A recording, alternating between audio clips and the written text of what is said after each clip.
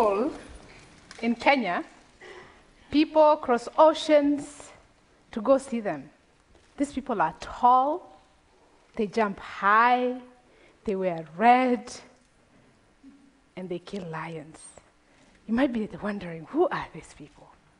These are the Maasai. You know what's cool? I'm actually one of them. The Maasai, the boys are brought up to be warriors. The girls are brought up to be mothers. When I was 5 years old, I found out that I was engaged to be married as soon as I reached puberty. My mother, my grandmother, my aunties, they constantly reminded me that your husband just passed by. Cool, yeah? And everything I had to do from that moment was to prepare me to be a perfect woman at age 12.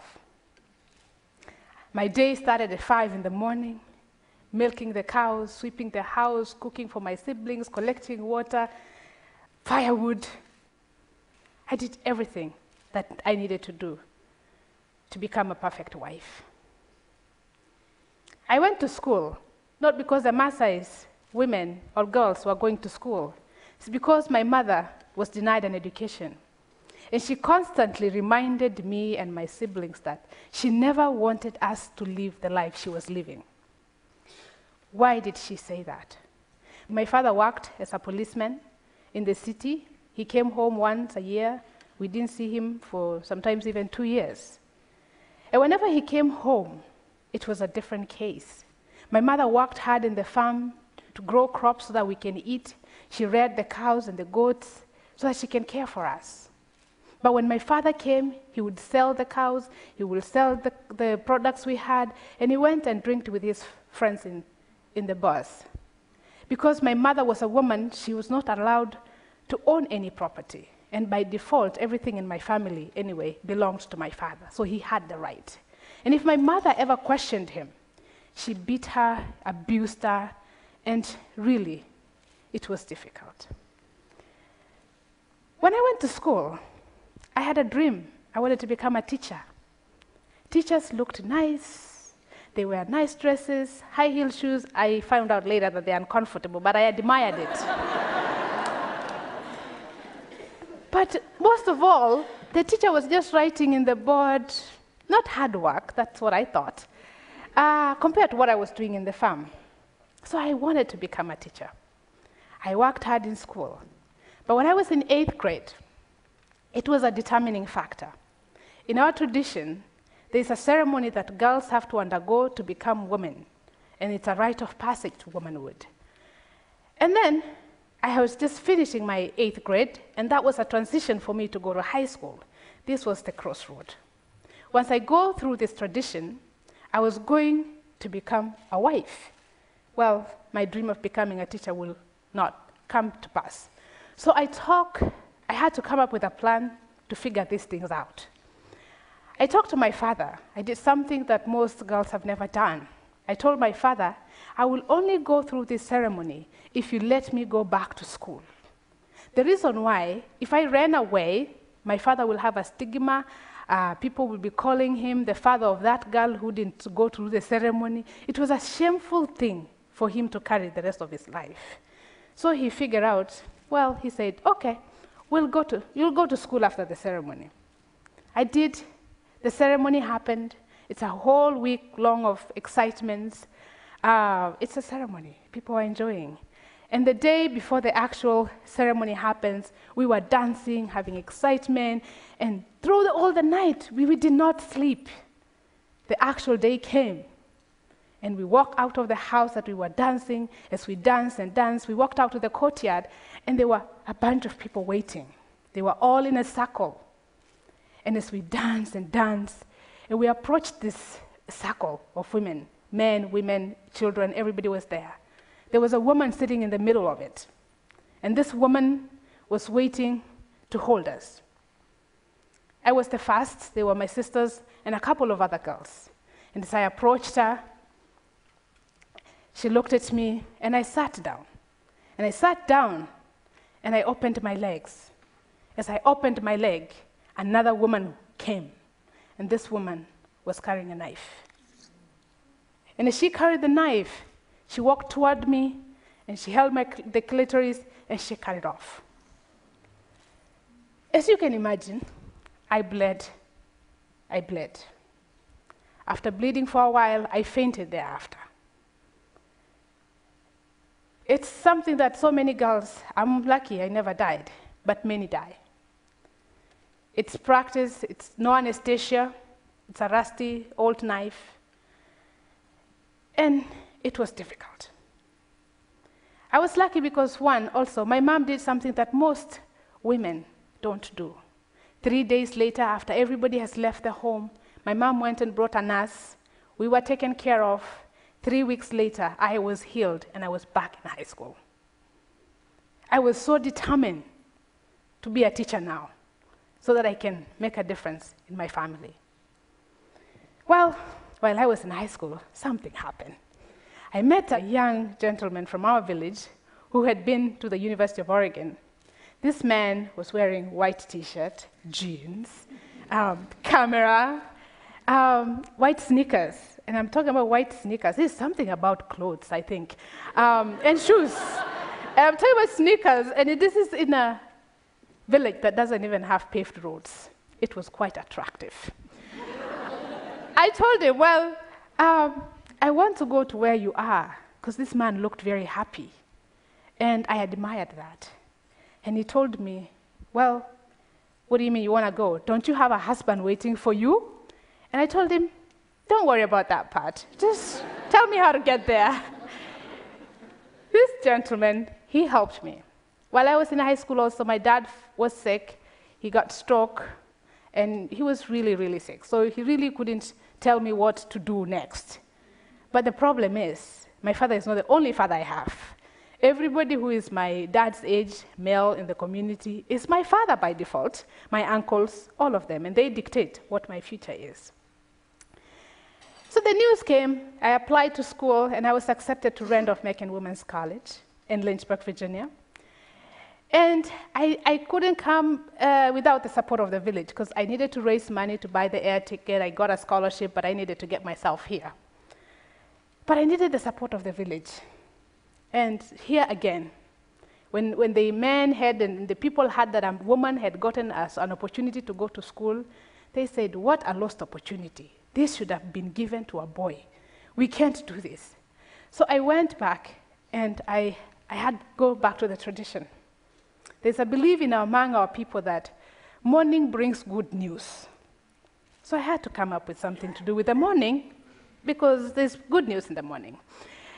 And in the village also there's one chief or an elder who has, if he says yes, everybody will follow him. So I went to him very early in the morning as the sun rises. The first thing he sees when he opens his door is, it's me. My child, what are you doing here? Well, Dad, I need help. Can you support me to go to America? I promised him that I'll be the best girl. I will come back. Anything they wanted after that, I will do it for them. He said, well, but I can't do it alone. He gave me a list of other 15 men that I went, 16 more men. Every single morning, I went and visited them. They all came together. The village, the women, the men, everybody came together to support me to come to get an education. I arrived in America, as you can imagine. What did I find? I found snow. I found Walmart, the vacuum cleaners, and lots of food in the cafeteria. I was in a land of plenty. I enjoyed myself. But during that moment, while I was here, I discovered a lot of things. I learned that ceremony that I went through when I was 13 years old, it was called female genital mutilation. I learned that it was against the law in Kenya. I learned that I did not have to trade part of my body to get an education. I had a right. And as we speak right now, 3 million girls in Africa are at risk of undergoing through this mutilation. I learned that my mom had a right to own property. I learned that she did not have to be abused because she's a woman. Those things made me angry. I wanted to do something. As I went back, every time I went, I found that my neighbors' girls were getting married. They were getting mutilated. And here, after I graduated from here, I worked at the UN. I went back to school to get my graduate work. The constant cry of these girls was on my face. I had to do something. As I went back, I started talking to the men, to the village and mothers, and I said, I want to give back the way I had promised you that I would come back and help you. What do you need? As I speak to the women, they told me, you know what we need? We really need a school for girls, because there had not been any school for girls. And the reason they wanted the school for girls is because when a girl is raped when she's walking to school, the mother is blamed for that. If she got pregnant before she got married, the mother is blamed for that, and she's punished, she's beaten. They said we wanted to put our girls in a safe place. As we moved, and I went to talk to the fathers, of course, you can imagine what they said. We want a school for boys. And I said, well, there are a couple of men from my village who have been out, and they have got an education. Why can't they build a school for boys, and I'll build a school for girls? That made sense, and they agreed. And I told them, I wanted them to show me a sign of commitment. And they did. They donated land where we built the girls' school we have. I wanted to meet one of the girls in that school. Angeline came to apply for the school, and she did not meet any criteria that we had. She's an orphan. Yes, we could have taken her for that. But she was older. She was 12 years old, and we were taking girls who were in 4th grade. Angeline had been moving from one place, because she's an orphan, she has no mother, she has no father, moving from one grandmother's house to another one, from aunties to aunties. She had no stabilities in her life. And I looked at her, I remember that day, and I saw something beyond what I was seeing in Angeline. And yes, she was older to be in 4th grade. We gave her the opportunity to come to the class. 5 months later, that is Angeline. A transformation had begun in her life. Angeline wants to be a pilot so that she can fly around the world and do a difference. She was not the top student when we took her. Now she's the best student, not just in our school, but in the entire division that we are in. That's Sharon. That's 5 years later. That's Evelyn. 5 months later. That is the difference that we are making. As a new dawn is happening in my school, a new beginning is happening.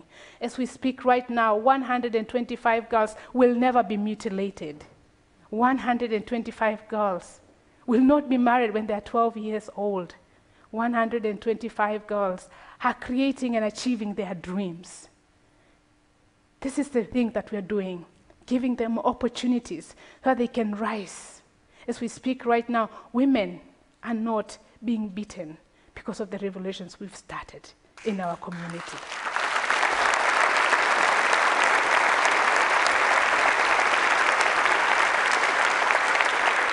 I want to challenge you today.